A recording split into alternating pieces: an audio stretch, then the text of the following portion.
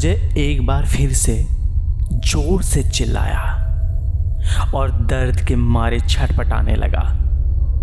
उसकी आंखों से आंसू निकल आए। आसमान में अब काले बादल छाने लगे थे। हवाएं तूफान का रूप लेने लगी थी और वो तेजी से बहने लगी थी। आसमान में जोरदार बिजलियां कड़कने लगी और तेज बारिश शुरू हो गई। अरे साहब, आपको दर्द तो नहीं हुआ? अरे हाँ, मैं एक बात तो आपको बताना भूल ही गया था कि मेरी माँ तो कब की हो चुकी है जब मैं आपको यहाँ ढूंढने आया था। इतना कहकर रघु ने अजय के पैर पर नाखून गड़ा दिए। जोर से खींचकर उसने पैर की चमड़ी चीर डाली। अजय बेबस होकर दर्द के मारे चिल्लाने के सिवा और कुछ न कर सका। फिर उसने अजय के पैर से वही पाइप निकाला और अपनी पूरी ताकत से उसी पैर पर एक जोरदार वार किया, जिसके कारण उसके पैर की हड्डियां चकनाचूर हो गई। अजय दर्द के कारण कराने लगा।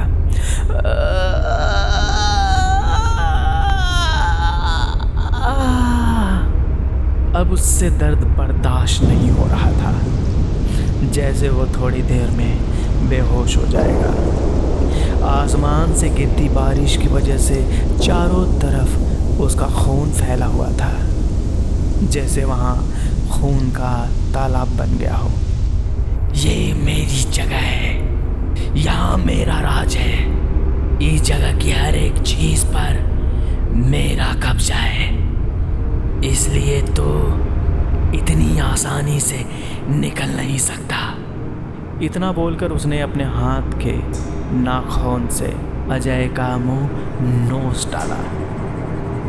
अजय के मुंह से बहुत सारा खून बह रहा था।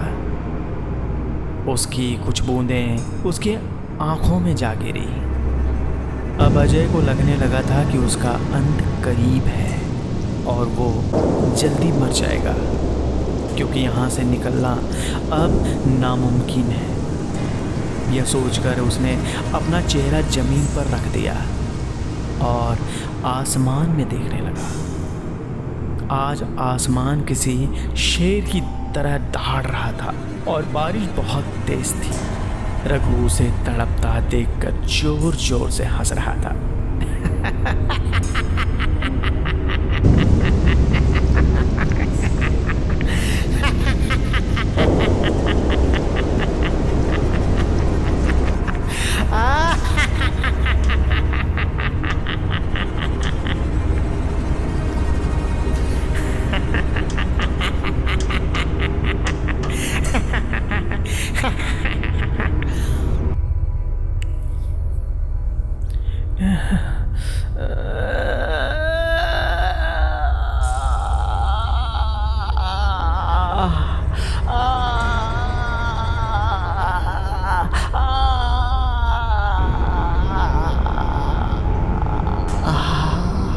हे भगवान, हे भगवान, हे भगवान, मेरी मदद करो, मेरी मदद करो। इतना बोलकर उसने अपना चेहरा दाएं तरफ किया। उसे जमीन में आधा गड़ा हुआ एक कुछ लॉकेट सा दिखाई दिया।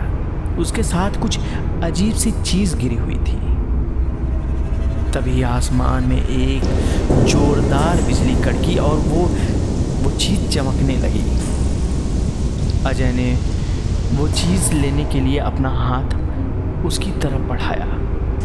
रघु ने अजय की तरफ देखा तो वो अपना हाथ उस चीज की तरफ बढ़ा रहा था। उस चीज को देखकर रघु बहुत डर गया। नहीं, फिर से नहीं। इतना बोलकर वह गुस्से के मारे दहाड़ता हुआ अजय की तरफ भागा। इधर अजय के हाथ में वो चीज आ गई और दोनों चीजें मिलने से उसके हाथ से एक तेज रोशनी निकली। वो रोशनी इतनी तेज थी कि जिसके कारण उसकी आंखें बंद हो गई। उसने वो चीज़ उठाकर रघु की तरफ फेंकी।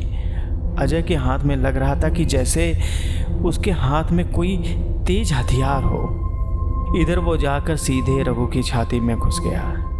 नहीं!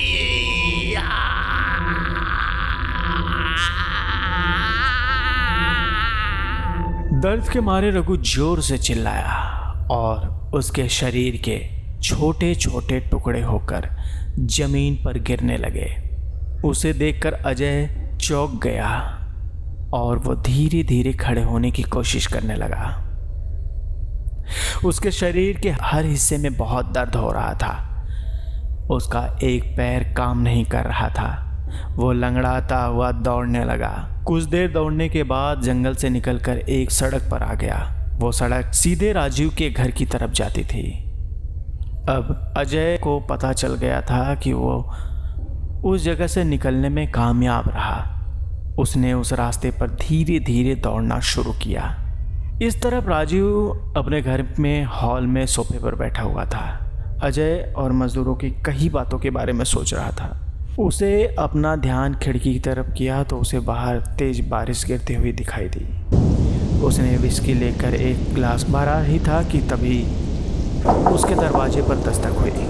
छोटू ने जाकर दरवाज़ा खोला और जैसे ही उसने सामने का नज़ारा देखा तो डर के मारे जोर से चिल्लाया। उसकी चीख सुनकर राजीव के हाथ से गिलास गिर गया और उसने पूछा, क्या हुआ छोटू, क्यों चिल्ला रहे हो?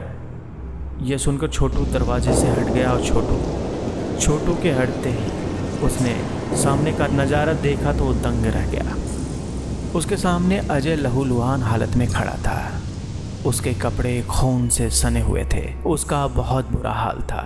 अजय गिरने वाला था तभी छोटू और राजू ने उसे पकड़ लिया और सोफे पर लाकर लेटा दिया। अजय क्या हुआ, कैसे ये सब, तुम्हारी हालत कैसे हुई? राजू ने एक साथ बहुत सारे सवाल पूछ लिए पर अजय बस आंखें बंद करके लेटा रहा। छोटू जल्दी जाकर फर्स्ट एड बॉक्स लेकर आ। छोटू दौड़कर कमरे में गया और बॉक्स लेकर वापस आ गया। राजीव अजय के घाव साफ करने लगा। तुम्हें जल्दी अस्पताल ले जाना होगा। इतना बोलकर वह ड्रॉवर के पास पहुंचकर अपनी कार की चाबी निकालने लगा। मजदूरों ने सही कहा था। तभी पीछे से अजय की आवाज़ आई और वो पीछे मुड़कर अजय को देखा। क्या कह रहे हो तुम? राजीव ने चौंकते हुए पूछा। हाँ साहब, हाँ साहब, मजदूर सही कह रहे थे। वहाँ पर बहुत बुरी आत्मा है। अगर वहाँ पर होटल बना तो बहुत लोगों की जानें जाएंगी। इसलिए हमें वहाँ काम बंद करना पड़ेगा। कल सुबह हम सबको सब कुछ सच बता देंगे। मेरी हालत तो उसी के कारण हुई है। इतना बोलकर वो खड़ा हो गया। देखो अजय, तुम जानते हो कि यह काम हमारे लिए कितना जरूरी है।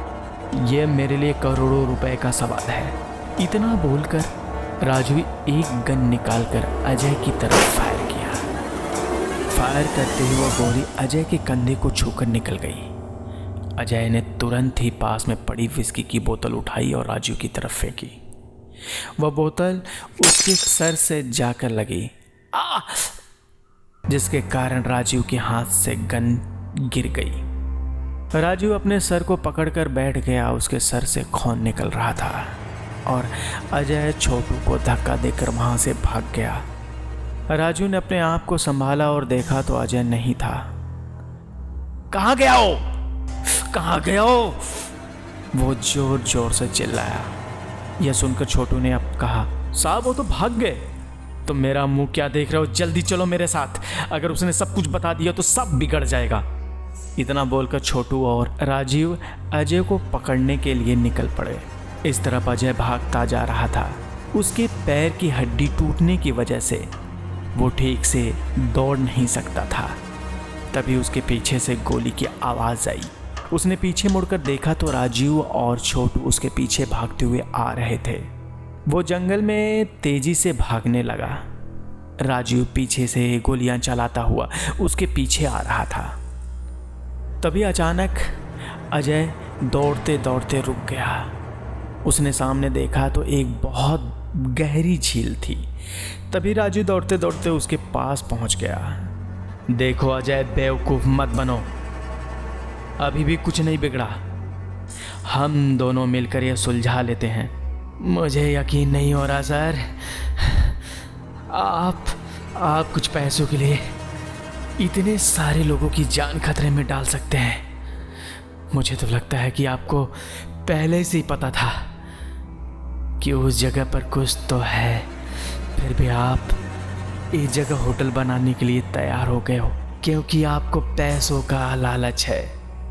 तो तुम नहीं मानोगे? नहीं सर, मैं सबको सच बता कर ही रहूँगा।